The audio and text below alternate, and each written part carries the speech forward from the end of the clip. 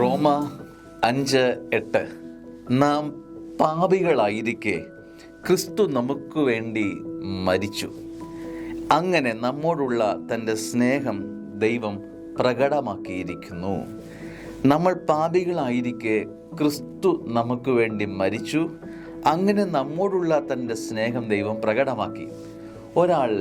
ഒരാളോട് സ്നേഹം പ്രകടമാക്കുന്നത് എങ്ങനെയാണ്? നമ്മൾ നമ്മുടെ സുഹൃത്തുക്കളോടുള്ള സ്നേഹം പ്രകടമാക്കുന്നത് എങ്ങനെയാണ്?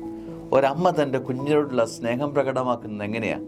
സ്നേഹത്തിൻ്റെ ചേഷ്ടകൾ നമുക്കറിയാം, പ്രകടനങ്ങൾ നമുക്ക് നന്നായി അറിയാം, സ്നേഹത്തിൻ്റെ രീതികൾ അറിയാം. എന്നാൽ സ്വർഗത്തിൻ്റെ സ്നേഹം അത് മരണത്തിൻ്റെ അനുഭവങ്ങളാണ്.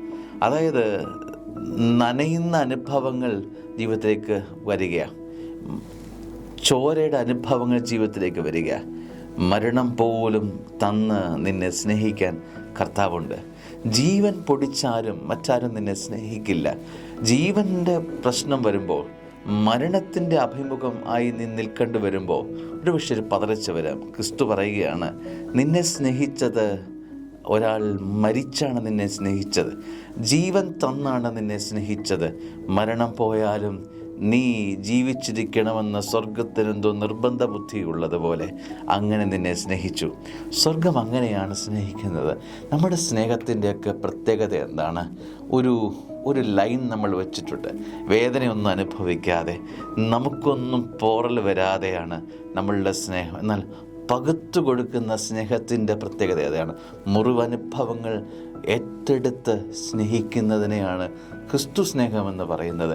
ഞാൻ എൻ്റെ സഹോദരനെ, എൻ്റെ കൂടെപ്പറപ്പിൽ സ്നേഹിക്കുമ്പോൾ എനിക്ക് മുറിവ് സംഭവിച്ചാലും, എനിക്ക് മരണം സംഭവിച്ചാലും, എനിക്ക് നോവ് സംഭവിച്ചാലും അതിനെ ഒരു കുഴപ്പമില്ല, അതിനെ സ്നേഹത്തോടെ ഏറ്റെടുക്കുക എന്ന് പറഞ്ഞാൽ, അതായത് നൊന്ത് സ്നേഹിക്കുന്നതിൻ്റെ പേരാണ് ക്രിസ്തു സ്നേഹം.